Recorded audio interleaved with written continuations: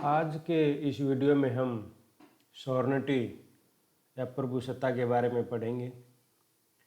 प्रभुसत्ता राजनीति विज्ञान में एक महत्वपूर्ण कंसेप्ट है। हम अपने देश की संविधान की प्रस्तावना में भी देखते हैं कि लिखा हुआ कि भारत एक प्रभुसत्ता संपन्न देश है। और जब हम राज्य के बारे में पढ़ते हैं तो राज्य के जो 4 एलिमेंट है, इसेंशियल एलिमेंट्स हैं, जनसंख्या, भूभाग, सरकार और प्रभुसत्ता। प्रभुसत्ता के बिना राज्य का अस्तित्व नहीं हो सकता और हमारा देश एक प्रभुसत्ता संपन्न देश है और हर एक देश चाहता है अपने आप में प्रभुसत्ता संपन्न देश बनना। तो प्रभुसत्ता क्या है, कैसे ये डेवलप हुई है, कौन कौन से इसके रूप हैं और कहाँ प्रभुसत्ता होती है, किसके पास प्रभुसत्ता हो सकती है, ये सभी बातें हम आज के इस लेक्चर में पढ़ेंगे। सबसे पहले तो प्रभुसत्ता है क्या। प्रभुसत्ता के बारे में जो सबसे पहले तो ये एक सुप्रीम पावर है। प्रभुसत्ता का एक सामान्य सा अर्थ ये समझ लेना कि प्रभुसत्ता यदि कह दी, यदि हमने कहते हैं कि इस व्यक्ति के पास प्रभुसत्ता है या राज्य के पास प्रभुसत्ता है या इस संस्था के पास प्रभुसत्ता है, तो हमारा कहने का अर्थ है कि वो सुप्रीम है, यानी कि वो किसी के आदेश मानने के लिए बाध्य नहीं है, बल्कि वो औरों को आदेश देने की स्थिति में है। यानी कि अपने आप में अगर कोई स्वतंत्र है, को किसी के अधीन नहीं है और किसी क्षेत्र पर बल्कि उसका आदेश चलता है, तो उसको हम कह सकते हैं कि वो प्रभुसत्ता संपन्न है, यानी कि उसके पास प्रभुसत्ता है। ये एक लैटिन वर्ड सुपरनेस से निकला है, जिसका अपने आप में ही अर्थ है सुप्रीम पावर या सर्वोच्च शक्ति।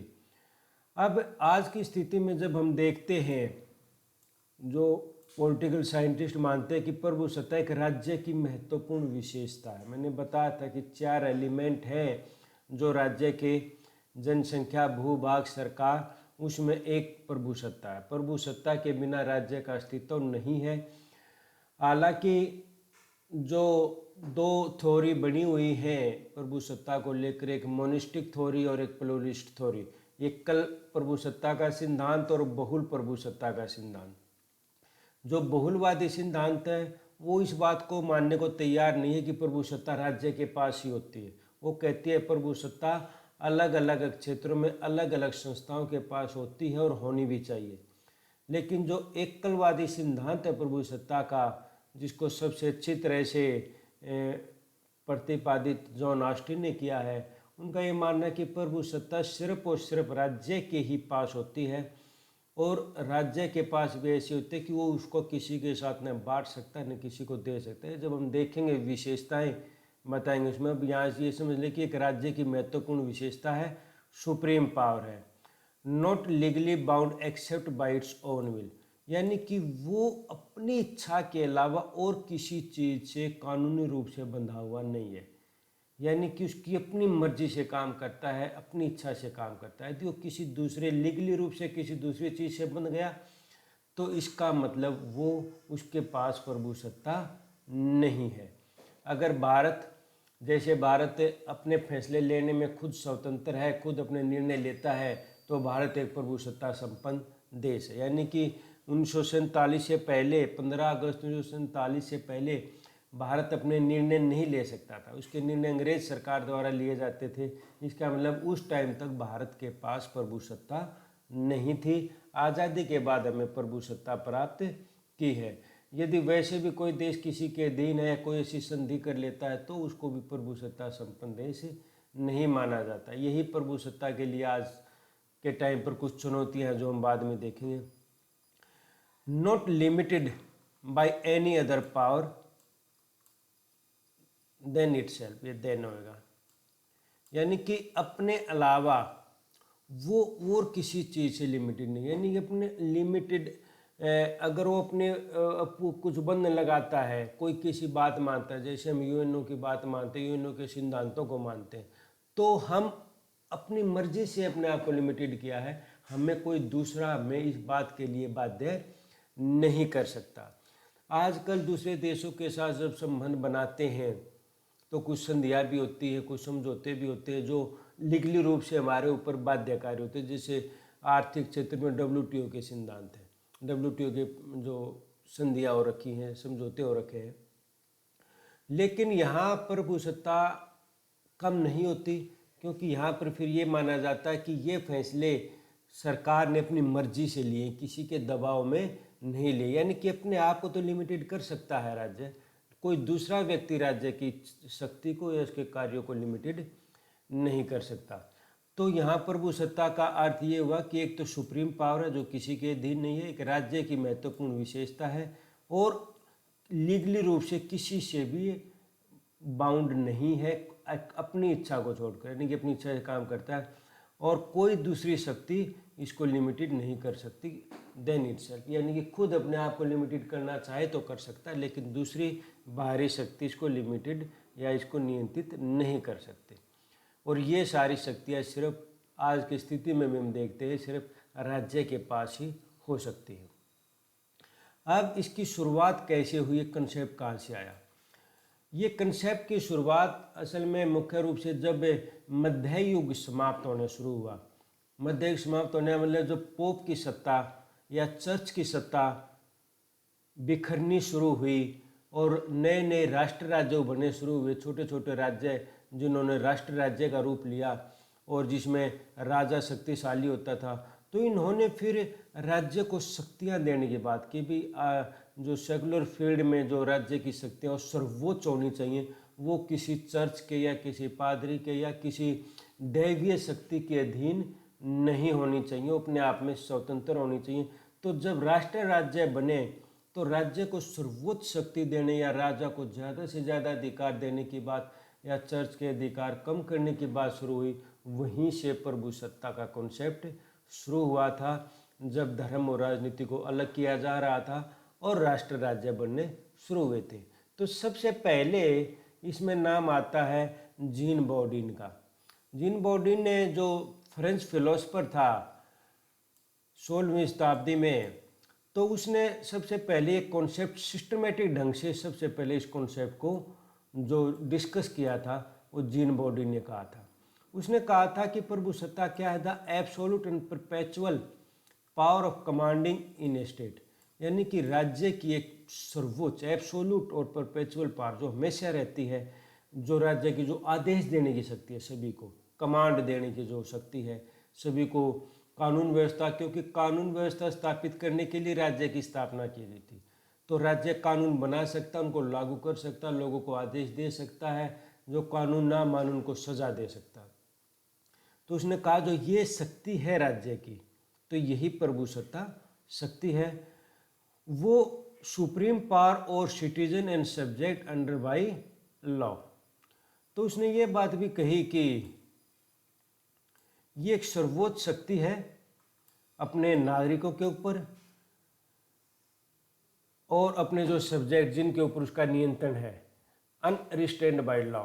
यानी कि ये शक्ति किसी कानून से बंधी हुई नहीं है, बल्कि राज्य खुद इस शक्ति का प्रयोग करता है। क्योंकि जो इस सिद्धांत का समर्थन करते हुए भी मानते कि कानून भी वही है जो राज्य बनाता है, यानी कानून बनाने की शक्ति, उसको व्याख्या करने की शक्ति भी राज्य की ही होती है। सोन अबोदाला, यानी कि ये कहा बॉडी ने कि ये कानून से भी ऊपर है, but not about duty and moral responsibility. ये लेकिन वो अपनी ड्यूटी और रिस्पॉन्सिबिलिटी, जो रिस्पॉन्सिबिलिटी उसको दी गई है, उनसे ऊपर नहीं है। तो यहाँ पर दो बातें हैं, एक तो उसने संप्रभुता को एब्सोल्यूट बताया है, कानून बनाने का शक्ति उसको दी है, सारी बातें कही हैं, लेकिन इसके बावजूद भी उसने दो रिस्ट्रिक्शन लगा दी। एक तो फंडामेंटल लॉज, यानी कि ये प्रभुसत्ता से ऊपर रहेगा, और दूसरा प्राइवेट प्रॉपर्टी। फंडामेंटल लॉज का मतलब हर एक देश के कुछ अपने नियम होते हैं जो परंपराओं से या रीति रिवाजों से पहले से ही चले हुए होते हैं। भाई ये अधिकार महिलाओं को मिलेंगे, संपत्ति में ये अधिकार मिलेगा। तो फंडामेंटल लॉ जो उसको मानते भाई ये तो नेचुरल सा लॉ पहले से ही चला हुआ है, तो स्थापित है।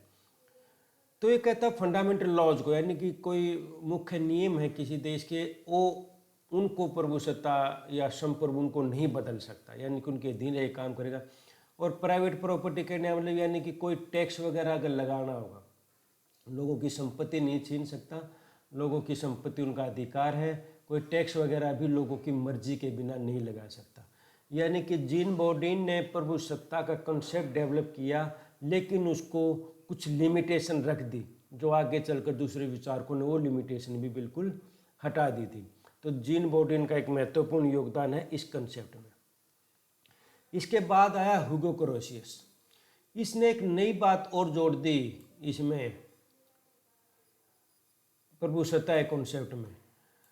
उसने कहा कि बोर्डिन ने तो जो बात की थी कि एक देश के अंदर जो सब्जेक्ट्स हैं, जो सिटीजन्स हैं उसके, उन पर राज्य की प्रभुसत्ता होगी, यानी कि राज्य उन पर पूर्ण नियंत्रण रखेगा, उनके लिए कानून बना सकता है, उनके व्यवहार को नियंत्रित कर सकता है, कानून की व्याख्या कर सकता है। लेकिन ह्यूगो क्रोशियस ने कहा इंटरनेशनल स्फीयर में भी राज्य प्रभुसत्ता संपन्न होता है। इंटरनेशनल स्फीयर यानी कि दूसरे देशों के साथ भी जब राज्य संबंध स्थापित करता है तो वहाँ भी वो प्रभुसत्ता संपन्न है, यानी कि वहाँ भी वो अपनी मर्जी से काम करता है, किसी देश के अधीन होकर काम नहीं करता, किसी के दबाव में काम नहीं करता। दूसरे देशों के साथ यदि संबंध स्थापित करता है तो अपनी मर्जी से, अपनी इच्छा से करता है। तो इसने इंटरनेशनल फील्ड को भी इसमें जोड़ दिया और कहा कि सिर्फ राज्य के अंदर ही, देश की सीमाओं के अंदर ही प्रभुसत्ता की बात नहीं मानी जाती, बल्कि वो प्रभुसत्ता संपन्न देश दुनिया में, पूरी दुनिया में अपने आप को प्रभुसत्ता संपन्न देश। आज सभी देशों को प्रभुसत्ता संपन्न देश माना जाता है जो कि स्वतंत्र देश है। वो इसी क्षेत्र में कि अंतर्राष्ट्रीय क्षेत्र में भी वो अपने राष्ट्रीय हितों को ध्यान में रखकर ही अपने निर्णय लेते हैं, किसी दबाव में नहीं लेते। हालांकि व्यवहारिक रूप से ये बात पूर्ण रूप से सही नहीं है, दबाव होता है, दबाव रहता है, कई चीज़ों का ख्याल रखना पड़ता है। ये बातों को फिर उजागर किया या उठाया जो बहुलवादी विचारक थे उन्होंने, आगे देखेंगे उसके बारे में। Attributed moral responsibility to sovereign, Bodin की तरह उस बात को इसने ही मान लिया कि मोरल रिस्पॉन्सिबिलिटी प्रभुसत्ता की होती है, यानी कि वो प्रतिबंध इसने लगाए रखे हैं। National respect international law, voluntary not obligatory. ये कहा कि अंतर्राष्ट्रीय कानून को सम्मान देता है राज्य, उनके रिस्पेक्ट करता है, लेकिन वो रिस्पेक्ट करता है किसी दबाव में नहीं, बल्कि अपनी मर्जी से, यानी कि उसकी ये चीज़ वॉलंटरी है।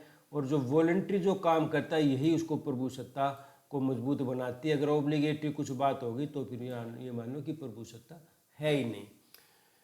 तो ये बातें ह्यूगो क्रोशियस जो एक डच जूरिस्ट था 17वीं शताब्दी में, उसने ये बात कही। इंटरनेशनल लॉ को इसका फादर माना जाता है कि अंतर्राष्ट्रीय कानून की शुरुआत जो थी वो ह्यूगो क्रोशियस ने ही की थी। इसके बाद फिर आता है महत्वपूर्ण विचारक थॉमस हॉब्स, जिसको हम एक वेस्टर्न पॉलिटिकल थिंकर के रूप में ही पढ़ते हैं। इसने, अगर आपको पढ़ा होगा, याद होगा, तो इसने सामाजिक समझौते का सिद्धांत दिया कि एक समझौता हुआ था जनता के बीच में, और उन्होंने एक लेवियाथान, एक महामानव की स्थापना की थी जो उनके ऊपर शासन करेगा, कानून व्यवस्था स्थापित करेगा। और उसने लेवियाथान को, या जो राज्य की स्थापना हुई थी, उसको एक प्रभुसत्ता संपन्न शक्ति बना दिया था कि ये संप्रभु है और ये किसी के अधीन नहीं, आदेश दे सकता, कानून बना सकता है। तो हॉब्स का जो सबसे महत्वपूर्ण योगदान था, उसने इस प्रभुसत्ता को लेजिटिमेसी दी। लेजिटिमेसी दी यानी कि उसको लेजिटिमेट बनाया, इसको औचित्य दे दिया, इसको ये सही साबित कर दिया। पहले तो थी, बोर्डिन ने और ग्रोशियस ने बताया प्रभुसत्ता होती है, लेकिन उसने ये कहा कि प्रभुसत्ता होनी चाहिए, और क्यों होनी चाहिए उसने ये बता दिया कि अगर प्रभुसत्ता नहीं होगी तो फिर कानून व्यवस्था कायम नहीं रहेगी, जंगल राज आ जाएगा। जो जंगल राज से निकलने की जो स्थिति थी, उसी के आधार पर राज्य की स्थापना हुई थी, या कि संप्रभु या प्रभुसत्ता की स्थापना हुई थी। तो हॉब्स का जो सबसे महत्वपूर्ण योगदान था, उसने लेजिटिमेसी को जोड़ दिया, यानी कि औचित्य दे दिया अथॉरिटी ऑफ द सॉवरेन को, यानी कि प्रभुसत्ता की जो, संप्रभु की जो सत्ता, उसको एक औचित्य दे दिया या जायज ठहरा दिया, भी ये जायज है, ये होनी चाहिए। प्रभु सत्ता संप्रभु के पास पूर्ण शक्ति होनी चाहिए, वो किसी के अधीन नहीं होना चाहिए, नहीं तो वो कानून व्यवस्था कायम नहीं कर पाएगा। जिसके लिए राज्य की स्थापना की थी वो उद्देश्य पूरे नहीं हो पाएंगे। Son is the will of the product of the will of the people, यानी कि उसने उस सामाजिक समझौते यदि आपने पढ़ा तो उसने कहा था कि समझौता लोगों ने अपनी मर्जी से किया था, अपनी मर्जी से उसने संप्रभु की स्थापना की थी, जिसको उसने लेवियाथान का नाम दिया था। Son enjoy the supreme authority for its functional value, यानी कि सुप्रीम अथॉरिटी है, क्यों? क्योंकि इसका महत्व है, ये काम करता है। क्या काम करता है? कानून व्यवस्था स्थापित करता है, लोगों के जीवन की रक्षा करता है, लोगों के जीवन संपत्ति की रक्षा करता है। तो उसने कहा कि ये होना चाहिए, ज़रूरी है, क्योंकि इसका महत्व है, इसकी फंक्शनल वैल्यू है, ये काम जनता के हित में करता है। तो ये एक किस्म से इसने इसको जायज़ ठहराने की बात की। और जो रिस्ट्रिक्शन बोडीन ने लगाई थी मॉरल रिस्पॉन्सिबिलिटी और ये जो है फंडामेंटल लॉज की और प्राइवेट प्रॉपर्टी की, इसने वो सारी लिमिटेशन हटा दी। उसके ऊपर कोई ऐसी रिस्पॉन्सिबिलिटी नहीं है जिसके दबाव में उसको काम करना पड़े, कोई फंडामेंटल लॉज इससे ऊपर नहीं है, और कोई प्रॉपर्टी पर किसी भी तरह का टैक्स लगा सकता। तो थॉमस हॉब्स ने पे के पास आकर एक किस्म से प्रभु सत्ता का सिद्धांत पूर्ण हो गया था। यहाँ पर उसने एक जो प्रभु सत्ता आज कॉन्सेप्ट जो सर्वोच्च है वो कॉन्सेप्ट हॉब्स ने दिया था। उसके बाद आया जॉन लॉक। जॉन लॉक भी इंग्लिश का एक पॉलिटिकल फिलोसफर था। उसके टाइम पर ग्लोरियस रिवॉल्यूशन थी, स्थिति बहुत अच्छी थी।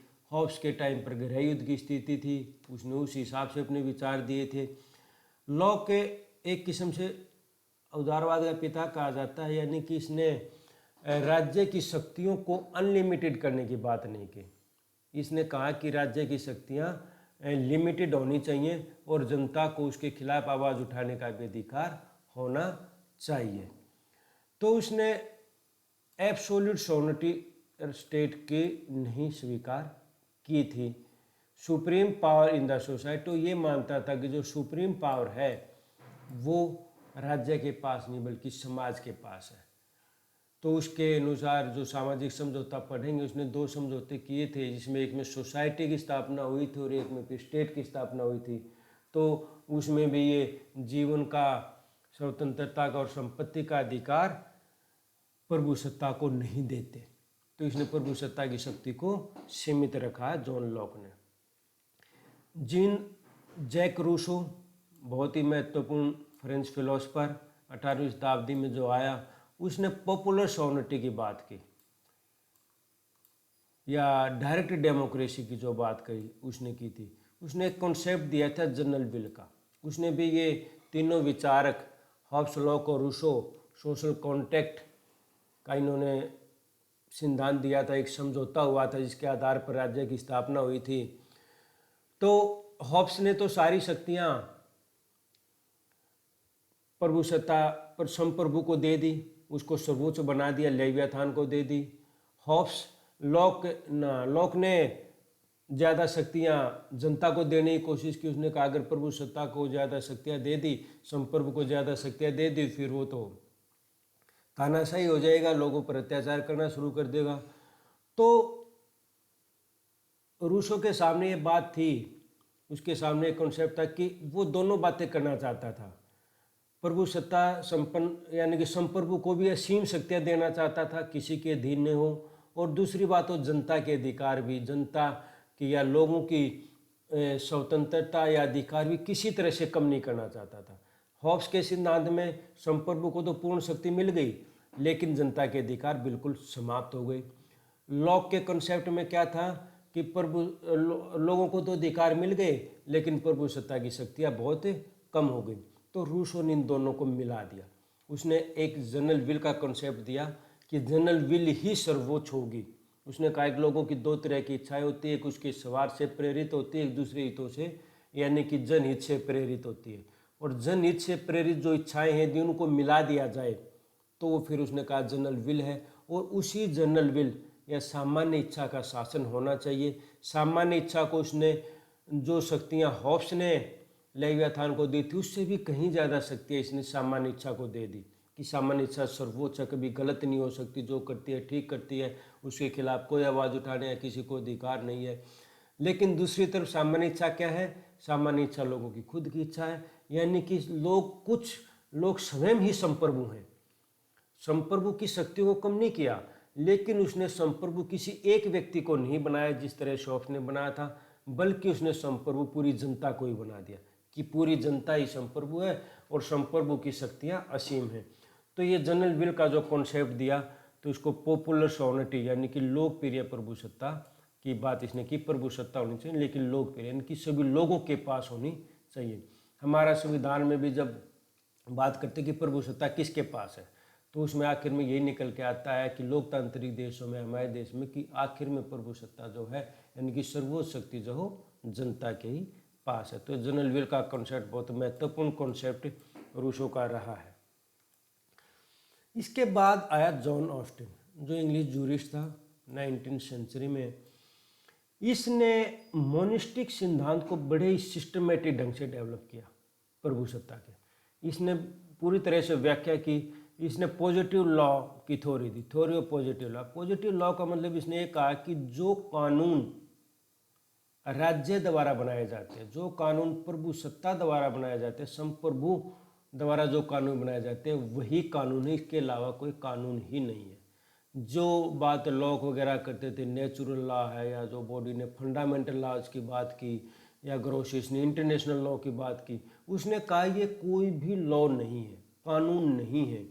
कानून सिर्फ वही होते हैं जो कि संप्रभु बनाता है, प्रभुसत्ता संपन्न देश द्वारा बनाया जाता है, और जिसके पीछे बाध्यकारी शक्ति होती है, यानी कि उनका उल्लंघन करने पर सजा दी जा सकती है। नेचुरल लॉ के पीछे कोई बाध्यकारी शक्ति नहीं होती, इंटरनेशनल लॉ के पीछे कोई बाध्यकारी शक्ति नहीं होती कि उसको ज़बरदस्ती लागू करवाया जा सके। तो इसने कहा पॉजिटिव लॉ वही है, लॉ वही है। तो ये पॉजिटिव लॉ का इसने कॉन्सेप्ट दिया। और एब्सोल्यूट और unlimited sovereignty purely from the legal point of view, उसने जो सोवर्निटी जो बात की थी वो सिर्फ कानूनी पहलू को देखकर ही की थी कि कानूनी क्षेत्र में ही प्रभुसत्ता होती है राज्य की, और उसी क्षेत्र में इसने बात की थी और फिर इसने कुछ विशेषताएं बताई थी। ये प्रभुसत्ता की मुख्य विशेषताएं हैं जो मोनिस्टिक, जो एकलवादी प्रभुसत्ता का सिद्धांत है, जिनको जॉन ऑस्टिन ने अच्छी तरह से एक्सप्लेन किया था कि प्रभुसत्ता क्या होती है। एक तो एब्सोल्यूटनेस, यानी कि एब्सोल्यूट होती है, किसी के अधीन नहीं होती, पूर्ण होती है ये अपने क्षेत्र में। दूसरा है परमानेंस, यानी कि ये स्थायी होती है, ये नहीं है कि आज प्रभुसत्ता है कल नहीं रहेगी। प्रभुसत्ता ना होने का मतलब ये कि देश खत्म हो जाना, तो ये रहेगी, परमानेंट है। ये हो सकती है एक से निकल कर दूसरे के पास ही चली जाए, लेकिन प्रभुसत्ता रहती है। यूनिवर्सलिटी, यूनिवर्सलिटी का मतलब है कि एक क्षेत्र में रहने वाले सभी लोगों पर, सभी संस्थाओं पर, सभी ग्रुपों पर वो देश की, राज्य की प्रभुसत्ता होती है। जैसे देश के अंदर यदि बात की प्रभुसत्ता है, राज्य की प्रभुसत्ता, तो यहाँ के लोगों पर, यहाँ पे पॉलिटिकल पार्टीज पर, जितने भी ग्रुप हैं, एसोसिएशन है, धार्मिक ग्रुप हैं, सबके ऊपर एक सर्वोच्च शक्ति है, उनके लिए कानून बनाते, उनको लागू करते। तो यूनिवर्सल ये नहीं है कि एक क्षेत्र में रहने वाले इस ग्रुप पर प्रभुसत्ता संपन्न, ये ग्रुप उसके अधीन नहीं है, ऐसा नहीं है। जो टेरिटरी फिक्स हो गई एक देश की, उस देश की टेरिटरी में रहने वाली हर चीज़ पर प्रभुसत्ता की शक्ति होती है। इन एलिनेबिलिटी, यानी कि ये किसी दूसरे को नहीं दी जा सकती। ये नहीं है कि राज्य ने कह दिया मैं तो अपनी प्रभुसत्ता इस पॉलिटिकल पार्टी को दे रहा हूँ, या मैं अपनी प्रभुसत्ता इस संगठन को दे रहा हूँ, तो ये नहीं दी जा सकती। ये राज्य है, उसके पास है, वो उसको किसी और को नहीं दे सकता। इंडिविजुअलिटी ने ही उसको बांटा जा सकता, भाई आधी प्रभुसत्ता मैंने रख ली, आधी तू रख ले, तो ऐसा संभव नहीं है एकलवादी सिद्धांत के अंदर। भूलवादी तो कहते हैं ऐसा संभव है, ऐसा ही होता है, लेकिन एकलवादी सिद्धांत ये कहता है, जिसकी व्याख्या जॉन ऑस्टिन ने की है, कि इसका बंटवारा नहीं हो सकता। प्रभुसत्ता का बंटवारा होने का मतलब, उसने कहा कि प्रभुसत्ता समाप्त हो गई। तो ये था एकलवादी सिद्धांत प्रभुसत्ता का। अब आगे देखते हैं हम बहुलवादी सिद्धांत, प्लूरलिस्ट थ्योरी ऑफ सोवर्निटी। तो बहुलवादी सिद्धांत जो कहता है, वो कहता है कि sovereignty divide into various group. इसके कुछ तर्क हैं। वो ये कहता है कि राज्य भी समाज की एक संस्था है। समाज ने अपने कार्यों को करने के लिए कई तरह के संगठनों और संस्थाओं का गठन किया है। उन्हीं में से एक संस्था है राज्य, जिसका काम है कि कानून व्यवस्था लागू करना, कानून बनाना और लागू करना। तो बाकी और संस्थाएं भी अपना काम करती रहती हैं। तो लीगल फील्ड में, कानूनी क्षेत्र में इसका अधिकार है, प्रभुसत्ता है इसकी, लेकिन हर क्षेत्र में इसकी प्रभुसत्ता नहीं है। समाज में बहुत सारे समूह हैं, सभी समूह उसी तरह से अपनी ड्यूटी निभाते हैं जिस तरह से राज्य अपनी ड्यूटी निभाता है। तो अपने अपने क्षेत्र में वो सभी संप्रभु हैं।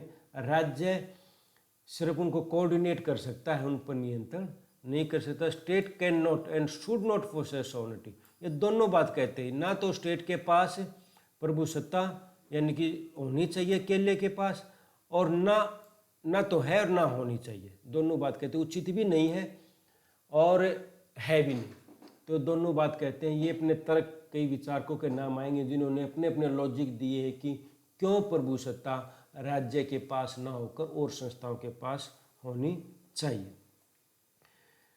प्लुरलिस्ट नेचर ऑफ सोसाइटी जो प्रिंसिपल्स हैं प्लुरलिज्म के, एक तो ये कहता है कि सोसाइटी ही प्लुरलिस्ट यानी कि बहुलवादी, अलग अलग तरह के, अलग अलग मान्यताओं के, अलग अलग संस्कृति के लोग रहते हैं, अलग अलग आवश्यकताएं, उन आवश्यकताओं को पूरा करने के लिए अलग अलग संगठन हैं, अलग अलग संस्थाएं बनी हुई हैं।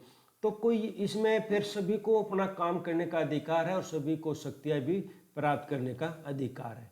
तो इसलिए प्रभुसत्ता राज्य के पास न होकर सभी संस्थाओं के पास होनी चाहिए। Role of the state as coordinator, state की भूमिका जो है वो कोऑर्डिनेटर की हो सकती है, यानी कि उनमें आपस में सामंजस्य बैठाए, उनमें तालमेल बैठाए। उनकी प्रभुसत्ता नहीं छीननी है उसको, लेकिन उन पर तालमेल बैठा सकता है। State must justify its claim to authority, तो जिस तरह हर एक संस्था को अपनी अथॉरिटी साबित करने के लिए जस्टिफाई करना पड़ता है, अभी इसलिए जस्टिफाई करता हूँ, मैं ये काम मैं करूँगा इसलिए मेरे पास ये शक्ति होनी चाहिए, तो राज्य को भी जस्टिफाई करना चाहिए। कानूनी क्षेत्र में तो जस्टिफाई कर देगा वो कि मैं कानूनी क्षेत्र में भी लॉ बनाने का अधिकार है, भी कानून व्यवस्था बनी रहेगी इसके लिए, लेकिन सामाजिक व्यक्ति के जीवन के तो और भी पहलू बहुत ज़्यादा हैं।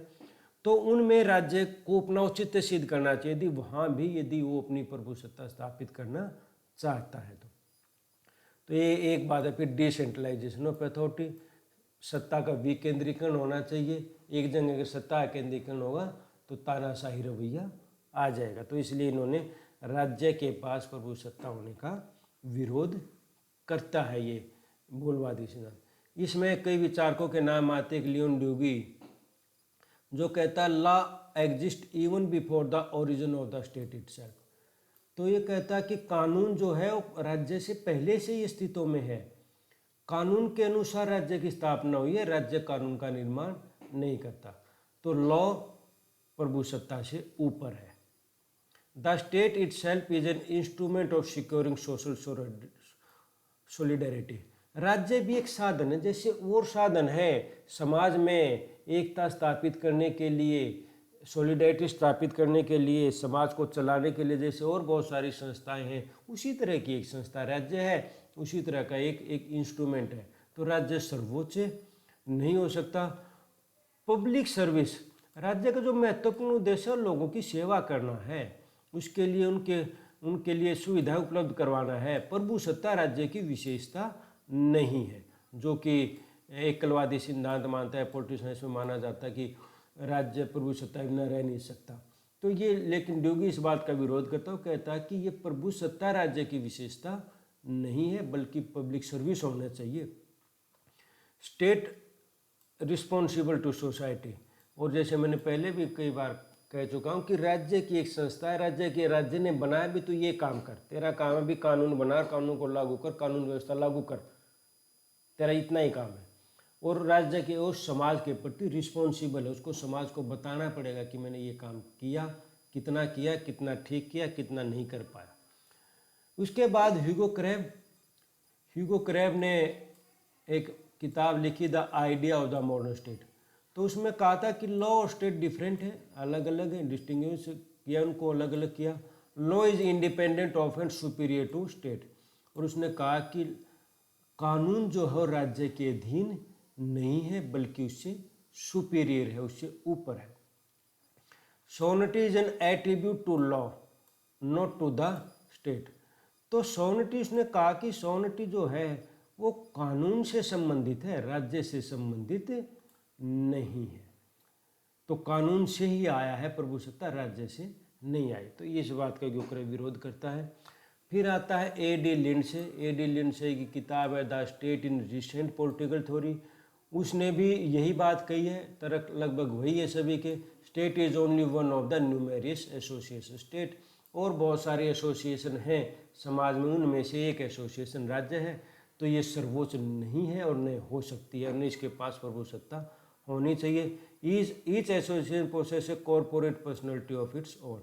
हर एक कॉरपोरेट की तरह हर एक अपनी संस्था काम करती है जैसे राज्य काम करता है, और सभी को बराबर का अधिकार मिलना चाहिए, यानी कि प्रभुसत्ता सभी के पास होनी चाहिए अपने अपने क्षेत्र में। अर्नेस्ट बार्कर, वही बात, बार्कर का भी वही लॉजिक है कि एक एसोसिएशन ऑफ एसोसिएशन, एक कम्युनिटी ऑफ कम्युनिटीज। बहुत सारे समुदायों में से एक समुदाय राज्य है, बहुत सारे एसोसिएशन में से एक एसोसिएशन राज्य है। उसका क्या काम है? Harmonising the interest of the group as well as individual, यानी कि उनमें एक सामंजस्य स्थापित करना उनके हित में। क्योंकि इसके पास जो मिलिट्री पावर है, तो इसके पास शक्ति है कि कोई संस्था सही काम ना करे तो उनमें सामंजस्य बैठा सकता है। तो यही बात अर्नेस्ट बार्कर ने कही है। लॉस्की ने भी इसको काफ़ी डिटेल में डिस्कस किया है। Custom and tradition subsequently limit the exercise of sovereign power. उसने जैसे एक बात देखते हैं कि राज्य के पास कानून बनाने की सर्वोच्च शक्ति है। अब बात यह है कि क्या कोई राज्य ऐसा कानून बना सकता है जो देश की मान्यताओं के, देश के रीति रिवाजों के, परंपराओं के बिल्कुल विपरीत हो? राज्य भले ही अपने आप को संप्रभु कह दे कि मैं संप्रभु में जो चाहूँ बना सकता हूँ, लेकिन जो चाहे वो नहीं बना सकता। जनता की इच्छाओं का ख्याल रखना पड़ता है, नहीं तो जनता उस बात को बिल्कुल स्वीकार नहीं कर सकती। कोई भी सरकार, कोई भी देश ऐसा कानून बिल्कुल नहीं बना सकता जिसको जनता मंजूर ना करती हो, बिल्कुल उसकी मान्यताओं के बिल्कुल खिलाफ हो। तो लॉस्की का ये कहना है कि जब तक राज्य जो भी कानून बनाता है वो हमेशा कस्टम्स को या ट्रेडिशन के दबाव में या उनके प्रभाव में आकर ही बनाता है। उसने स्टेट और गवर्नमेंट में फ़र्क किया। उसने कहा कि कन्फ्यूज़न क्या है कि कहते हैं कि स्टेट सुप्रीम पावर है, लेकिन स्टेट है क्या? एब्स्ट्रैक्ट है, दिखाई नहीं देता, कह नहीं सकते स्टेट है।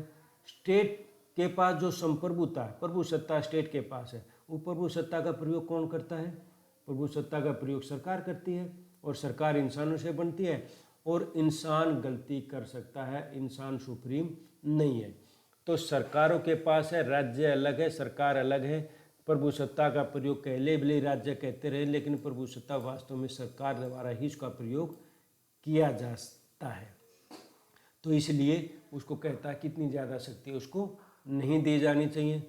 मोरल ग्राउंड ऑफ एलिजियंस, यदि राज्य चाहता है कि जनता उसकी बातें माने, श्रद्धा रखे, प्रभुसत्ता ये चाहती है, तो उसको अपनी ये बातें मोरल ग्राउंड साबित करने पड़ेंगे। उसको ये साबित करना पड़ेगा क्यों माने आपकी बात। कानून क्षेत्र को छोड़कर आपकी और क्षेत्रों में और संस्थाओं की ना मान के आपकी क्यों मानी चाहिए, इस बात को राज्य को साबित करना चाहिए।